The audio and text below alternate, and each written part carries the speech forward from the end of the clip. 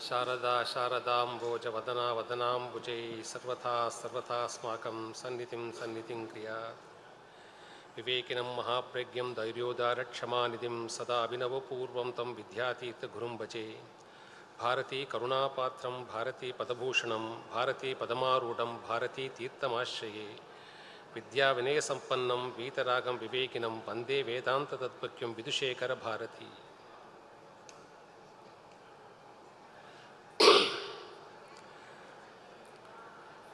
Dear Shefali, Mr. Alwar, and distinguished people, thanks to Raman for this invite.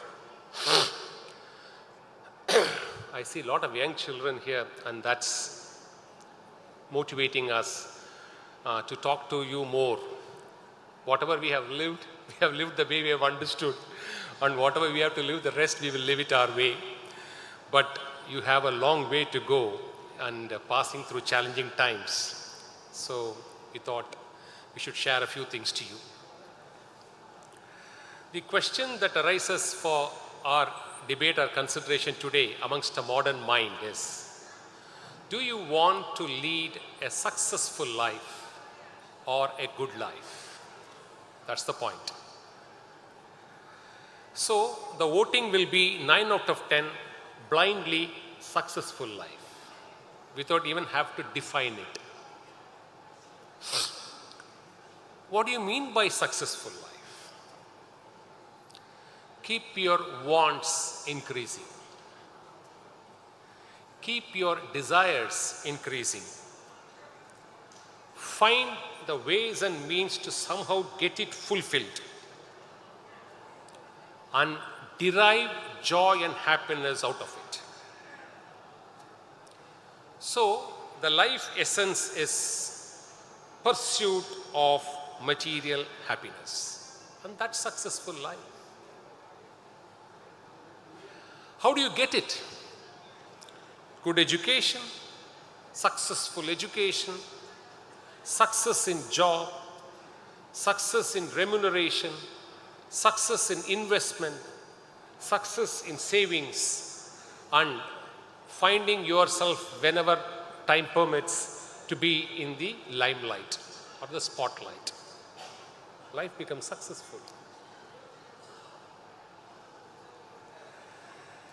Now, to achieve this, what do you have to forego is the question. All of you understand this language. Life comes always with a package. So this package of success also comes with some conditionalities. So what are those conditions? Look here. End alone matters means don't matter. Because success is important. Look here. We have come here to enjoy life. We can't suffer. We will do anything to oppose it. We can't suffer. Come what may. Not willing to sacrifice. We won't sacrifice. Because we have come here to only enjoy life. So tell us whatever can give that, we will do that. We won't sacrifice. We won't tolerate. We will keep pushing. Look, see, the level of commercializations to which we have reached. Somebody doesn't do something else, I'm paying you, you are accountable to me. We can't tolerate you, I need perfection. No go. So, for all this to happen to you, you need one solid ingredient as your basic dough. The basic foundation for you should be, one should be utterly selfish. Simple. Bottom line is only that. Be selfish, then all this follow one way or the other, because your destination is somehow to reach the end which you have planned. So selfishness is the starting key word for a modern mind. Now, you are given a choice. See, the Creator always gives you options. Option A, option B for us in life. He doesn't give you, he doesn't make us optionless. So he says there are two options for you. So your selfishness, you can go in search of artha and kama, no problem. You will get it. The more you strive, you will get more. But the God gives also the second option. Yeah, you can go in search of artha and kama following the rules of dharma. That is now the differentiating factor in a modern life, nothing else. All of us were pursuing something. Our grandfathers pursued something, our great father, our next 3 generations will do something else. So pursuit is, nobody can stop it. But the difference now is the pursuit for artha and kama minus dharma. Where does it take you? It will take you to an isolated success. You will be successful. We see people every day succeeding. So to say that, no, you won't be successful in this formula will be a wrong message. The message is absolutely you will be successful. But you will be participating into this world of self-destruction, because selfishness minus dharma will make a human being non-compassionate, is what our scriptures say. A human being without compassion is simply a worthless human being, is what our scriptures say. And one becomes non-compassionate. Dispassionate is a spiritual pursuit. You should become dispassionate, but not compassionate. Non-compassionate comes for an utterly selfish person minus dharma. So children will ask, come on, then define as dharma. You people say dharma cannot be defined, then why are you talking about dharma? We want capsules. We want answers. So define dharma in some way for us to understand, for us to believe, then to practice. So dharma has basically 5 components. That's exactly what Vedic civilization is all about. Compassion as its roots. Love from the heart. Courage from the mind. Righteousness from the buddhi. And a body ready to serve a cause. And scriptures say, from this body, from such a body will sprout what is called as dharma, which is our Vedic civilization. Factor all this. You now factor, this is the differentiating factor between a successful life and a good life. A good life will factor dharma, artha and kama. A successful life will factor only artha and kama. And life minus dharma makes you non-compassionate. So, one rudimentary principle is, if you want to remain unselfish, the elementary ingredient, the first threshold door, which one has, it's not even a door, the threshold doormat one has to step into the whole kingdom of spiritual life is, as long as we are selfish, God will never open up the option of spirituality in our life. Absolutely not possible. You will get Guru's grace and walk into the kingdom of spiritual life only if you have an iota of unselfishness. Selfishness is a huge barrier for spiritual progress. And it is dharma which will make one go in the path of unselfishness. So dharma is very important even in 2023. Two, the second embodiment or the vital pillar of our Vedic civilization is Satya. Oh, come on. What are you talking? I could hear all that from those children. You must know, we know what asatya can fetch. We are seeing it every day. But you must also know what satya can fetch. Greatest people who have gone into the books of history for right reasons have practiced satya in history.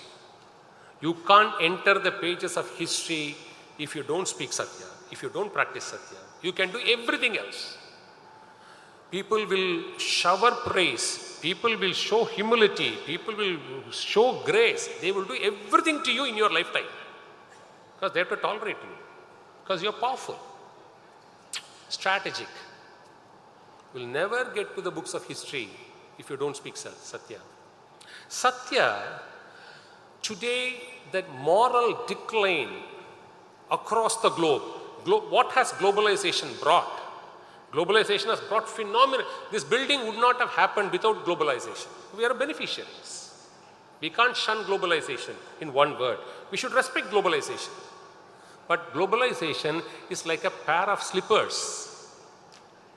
You must know to leave it outside your door when you get into your house. Never take globalization into your house. You may buy a very, very, very costly car. Can you park your car in the middle of your house? It needs to be parked only in a garage, even though it's costly. Each one deserves a place. Globalization should never invade into our homes. It invaded. And therefore, we lost Dharma. We are losing Dharma. And we are losing Satya. Globalization has made the world very, very corrupt. Fast progress. So, what does Satya give? Our Vedic civilization says it gives you trust. What happened? The biggest litigant today, the highest litigation today in the Supreme Court is matrimonial matters. Because there is no Satya in the relationship. Trust, integrity, excellence, eminence, accountability, unsustenance. Satya is like a magnet. One who starts to speak Satya in his life, he will become a very, very powerful person. Because Satya has that, everything has an energy. If Asatya can produce so much result, you must know what Satya can produce. That faith we should have. So, accountability, sustenance in life. If you want to be, once you are unselfish, you will be dharmic. And we told you the 5 components. Satya gives you sustenance to hold on, staying power, says our Vedic civilization. It's not that you keep achieving, you have to stay on course. Somebody was saying in the forenoon session, I built everything, but I don't know what to do after me. For centuries, we belong to a Guru Parampara. For centuries, the baton is passed on. There is no transitional problem at all. There is no power struggle. The baton goes from one Acharya to the other Acharya without any problem. How? Satya. It is Satya will guide you to the next moral destination. It will define you the destination. So these are the 2 basic values. 3. What is happening today with our children is they want answers to questions. So we as parents, unless you can't be saying, hey, you should worship God. Why? You should not stand and eat. Why? You should have a bindi. Shefali is there. You should listen to her talk. Bindi. Why? So, why we are in an era of why? And either they provoke or they get provoked, and therefore they provoke us. But we can't get provoked. We have to answer them. If you want them to stay in course of Dharma, we need to give them answers. Just share you a few examples. The two Itikasas which we celebrate as God, we celebrate as Vedas, is Ramayana and Mahabharata. So a modern mind will ask, and we say what? To us, Rama is an embodiment of Dharma. He's Bhagavan Dharma. That's how we worship Rama. So the question is, how can Rama kill Vali behind the back? How can he be Bhagavan? That's 23 questions. We have to be ready with answers. And there is an answer for that, which many of your debating for forums won't divulge. There is an answer. Because Vali concedes that he is a monkey when he fights. Now, if he is a monkey, what is the ground rule? For when you take a man on his fight, you have to fight in front of him. But to kill a bird or kill an animal, there is no Shastra which says you go in front of the animal or front of the bird. Rama will never make a mistake. Rama can never do adharmic acts, should be our faith. There is an explanation to this Vali Vadam. He repeatedly says, you will not be interested in my monkey skin. You will not be interested in my monkey's flesh. These are all the dialogues available in the Grantha. Take the case of Rasa Krida. Hey, come on, your Bhagavan Krishna is dancing 16,000 women. Oh, Father, what's the answer? People are asking this question. Oh, beautiful explanation for Rasa Krida is there. He says, he conveys, look here, these women don't know Vedas. These women don't know yoga. These women do not know even how to worship me or do puja. I can only make them love me to reach to me. Premai. Let me give that to them. And the story doesn't end there. When the woman starts dancing, the moment ahankara comes, Krishna vanishes from the scene. How many of people who talk Rasa Krida say this to you? There's only one woman who stays till the last. And for a minute she also feels, oh, I am the only woman with whom Krishna is done. Krishna vanishes then from her also. So there are two facets to Rasa Krida. The fact that they don't know anything else is not a disqualification. You can love God. You don't need anything else. You love God. There is a second facet, love God without ego. Then you will reach God. A fastest bypass road prescribed in Bhagavatam. And it says, the Palashruti says, one who wants to get out of bodily urges, please read Rasa Krida with bhakti. It's a panacea, not a sin. Oh my God. Now we explain this to our children. They will understand it without any difficulty. See, this is the Parashurama Kshetram, Kerala. 4 of his elder brothers did not obey the command of Jamada Agni. They did not kill their mother. And all the 4 became stones. What did Bhagavan Parashurama do? He obeyed the order of his father, killed her. Then they say, oh, your God can kill. He can behead somebody and you will call him a God. The story doesn't stop there. It just doesn't stop there. Jamada Agni says, now I want to give you boons. He asked for 3 boons. Restore my mother. Ensure that she forgets what she has done. Restore my brothers. This is just to ensure children understand how you should be tactical in life. You can't be foolish. Otherwise, there will be a 5th stone in the form of Parashurama. Because he got back what he wanted. There is no loss. See, for every question people ask blindly, there are answers. They put a very difficult question. Oh, come on, Mahabharata sanctions polyandry. No, it doesn't sanction. Very clearly says it is not dharmic. Then what happened to Mata Draupadi? There is a beautiful explanation, at least in one of the texts. There's a beautiful dialogue. Why did she give consent to that? She would have made 4 brothers go to take to sainthood. She would have deprived the mother minus 4 children. More importantly, she would have deprived the chance of restoration of Dharma for her kingdom, which was of paramount importance. She's born only for that. And she did not resort to this for the pleasure of life. She will therefore remain to us ever as Mata Draupadi. Say this to a child, she will understand it, he will understand it. We don't explain it. We shun the question. We read the story. The last 2 minutes. I want young children here. I'm addressing mostly to you because all of them know most of what we are speaking about. All of them to be practicing. See, in our lifetime, at least we were in the fag end of it. We inherited a few things which is protecting us. But we are failing to pass it on to you, and therefore you don't have any protective gear, you don't have a helmet, you don't have a guard, you have to all face yourself. That's a problem.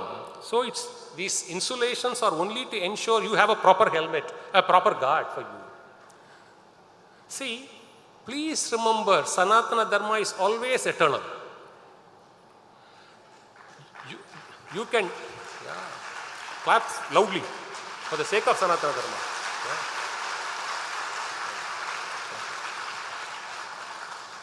You can destroy forms and names. You can't destroy Dharma. Because the guarantee is given by God. He says, when it is on the face of decline, I will come myself and restore it. He is the guardian of the Dharma. We are not the guardians of Sanatana Dharma. God is the guardian of Sanatana Dharma. Number 1. And for young children, let me leave with this note. See, you are all familiar with the latent energy of vibration. Vibration transforms into sound. And sound emanates from Akasha, which form we have as ears. Motion is latent energy. Impact is patent energy. Impact comes from wind, Vayu, which transforms into skin. Luminosity is latent energy. Light is patent energy. We worship it as Agni, ice. Fluidity is latent energy. Wetness is patent energy. We worship it as Apas, water. Gravity is latent energy. Weight is patent energy. We worship it as Mata Bhumi, Bhumi Mata. Smell. Tell me, you can destroy your nose, you can destroy your eyes and ears. Can you destroy this energy? Tell me. Sanatana Dharma cannot be destroyed. Who says? Cock and bull stories. The mother of these 5 energies, which are the primordial energy which we call in Vedanta, the mother of this energy is Maya Shakti. And who is this Maya Shakti? Maya Shakti is the power of Brahman. That's how believe. See, Shefali speaks. Alwar speaks. Speaking is a skill endowed on them. Can the skill be separated from the person?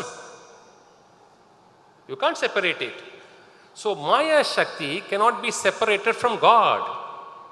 So that's why we talk about Shividya Upasana, Shiva Shakti Aikyam. All this is nothing but allowing the energy to go back to its source.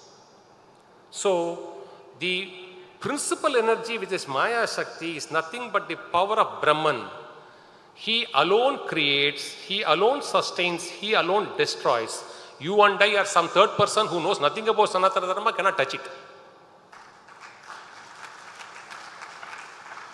So thanks Raman, I've stuck to my 30 minutes for this wonderful opportunity. And I'm happy to see a lot of children. Please take it back. Never be one easy take home for Vedic practices. Vedic civilization ensures to you that you will be less anxious in life if you pursue Vedic life. Unless you are less anxious, any amount of overt happiness is not going to give you or make you understand what happiness really means to your human soul. Thank you so much, please. Being